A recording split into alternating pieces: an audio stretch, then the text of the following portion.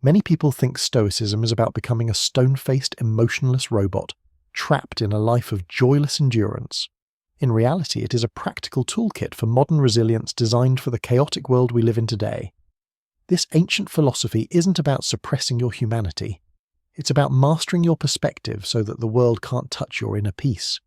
We often mistake Stoic with unfeeling, but the original Stoics were vibrant, engaged, and deeply connected to their communities.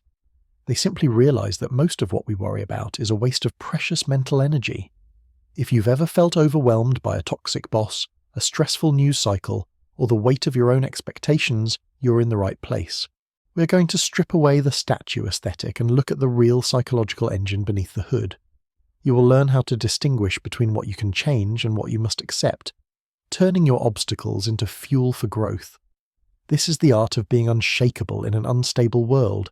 Ready to reclaim your mental real estate? Subscribe now to join our growing community of modern thinkers and never miss a deep dive into living a more intentional, resilient, and focused life. Let's stop reacting to the world and start navigating it with purpose. We live in an era of constant overstimulation and emotional burnout. Our pockets buzz with global tragedies, our calendars are cluttered with urgent demands, and our social feeds are a non-stop highlight reel of everyone else's successes. When people look for a solution to this modern malaise, they often stumble upon Stoicism and mistake it for simple suppression. The challenge is that the modern world has rebranded Stoicism as a way to just deal with it, or suck it up. This version of Stoicism, the lowercase s Stoicism, is a dangerous caricature of the original philosophy. It suggests that the ideal human is a cold, unfeeling machine that absorbs trauma without a flinch. This misconception actually makes us more stressed because we end up bottling up emotions rather than processing them. We try to act like statues, but underneath we're cracking. The modern misinterpretation. When someone tells you to be stoic today, they usually mean, don't show me that you're hurting. This cultural shorthand has turned a profound system of logic into a mask of indifference.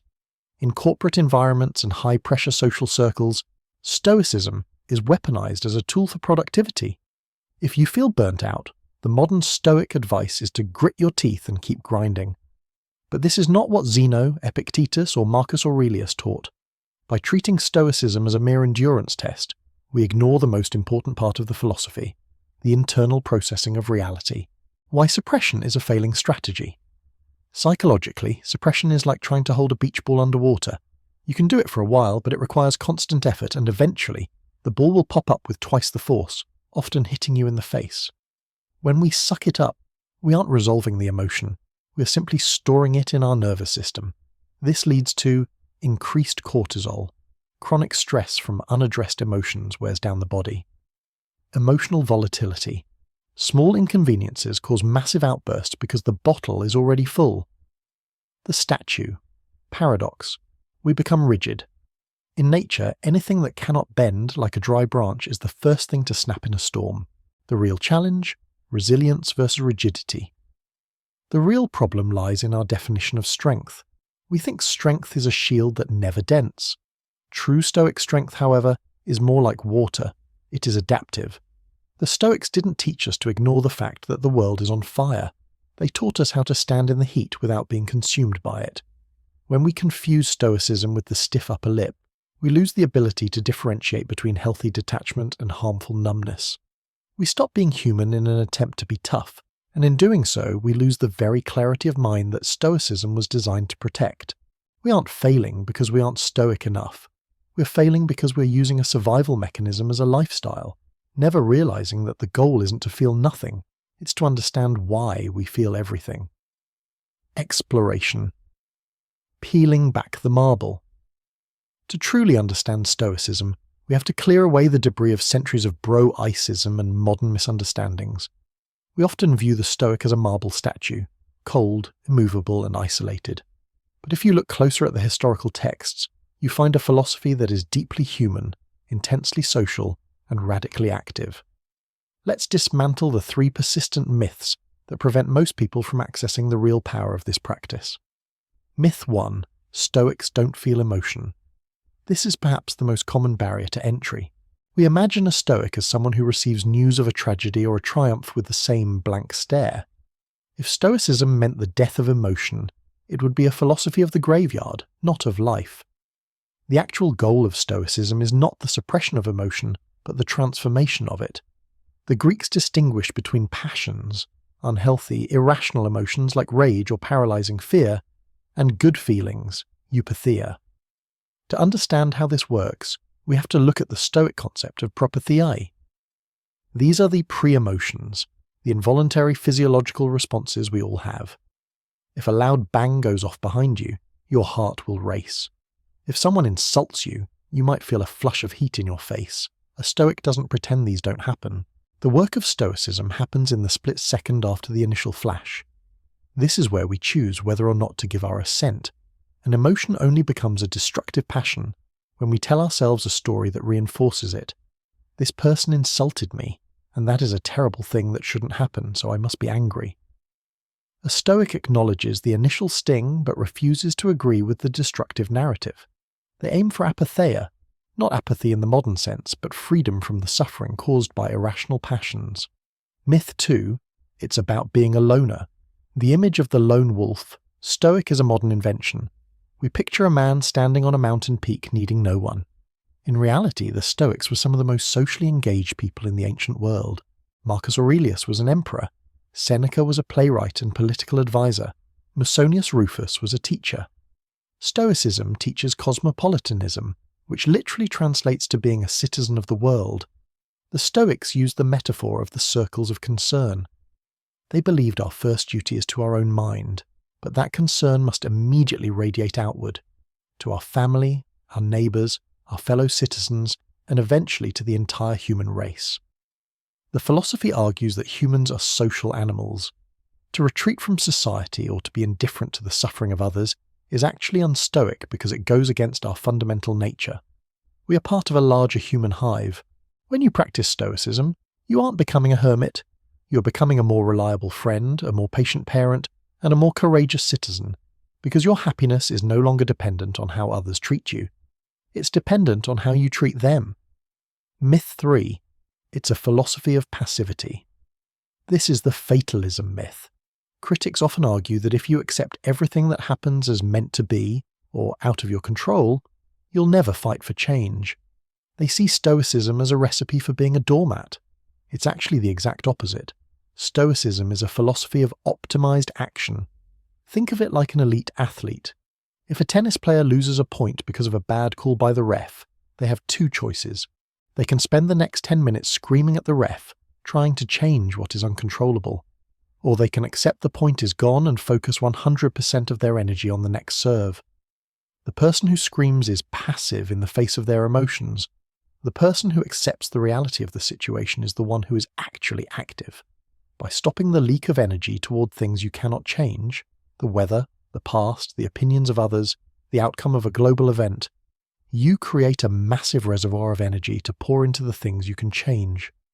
This is the Stoic archer metaphor. The archer can choose the best bow, maintain their equipment, and practice their aim. But the moment the arrow leaves the string, the wind or the movement of the target is out of their control. The Stoic finds their success in the aiming, not just the hitting. This doesn't make them stop shooting, it makes them the most focused archer on the field. Summary: from marble to muscle. When we peel back the marble, we don't find a cold statue. We find a person who is deeply engaged with the world, whose emotions are guided by reason, and whose actions are fueled by a clear understanding of where their power actually lies. The climax, the dichotomy of control, the aha moment of Stoicism, the point where the philosophy shifts from an intellectual exercise to a life-altering realization, happens when you truly internalize the dichotomy of control. Epictetus, a slave-turned-philosopher, opened his famous Enchiridion with the most powerful words in the Stoic canon: "Some things are up to us, and some things are not up to us." It sounds deceptively simple, almost like a platitude. Yet within this sentence lies the secret to psychological invincibility. Most of our modern suffering comes from a simple but devastating mathematical error. We spend 90% of our mental and emotional energy on the 10% of things we cannot influence. The architecture of anxiety. Think about your last stressful week. What occupied your mind? Perhaps it was a rumour of layoffs at work, the rude comment a stranger made in traffic, the weather ruining your outdoor plans, or the political state of a country across the ocean. When we dwell on these things, we are attempting to exercise power over the externals. Because we have no actual leverage over them, we experience a sense of helplessness. This helplessness breeds anxiety, frustration, and eventually burnout. We're trying to push a wall that will not move, and then we wonder why our shoulders ache. The shift, reclaiming your agency.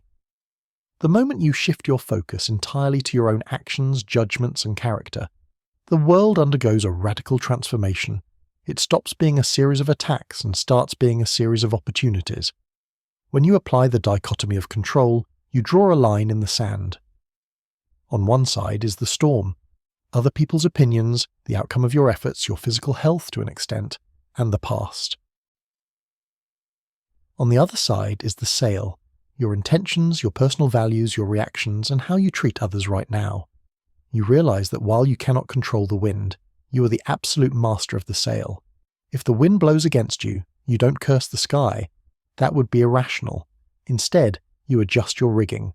You focus on being the best sailor possible given the conditions provided. This is where true confidence comes from. It's not the confidence that everything will go my way, but the confidence that I will be okay regardless of what way it goes. The power of internalizing the goal. To master the dichotomy of control, you must learn to internalize your goals. If your goal is to get a promotion, you have set yourself up for potential failure because the promotion depends on your boss, the company budget, and your competitors. If you fail, you are crushed. However, if you internalize that goal to do the best work I am capable of and act with integrity every day, you have moved the goalpost into your own territory. Now, no one can prevent you from succeeding. Even if you don't get the job, you achieved your internal goal. You remain unshakable because your win condition was entirely within your control. The world is a gymnasium.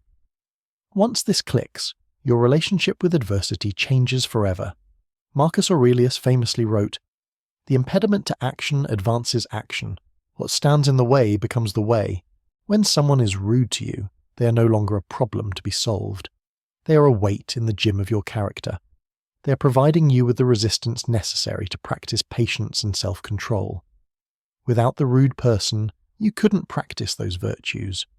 When you view life through this lens, you stop being a victim of circumstances and start being an athlete of the mind. Every challenge is just another piece of equipment designed to make you stronger. You're no longer waiting for the world to be nice or fair before you can be happy. You have realized that your piece is a fortress, and you're the only one who holds the keys.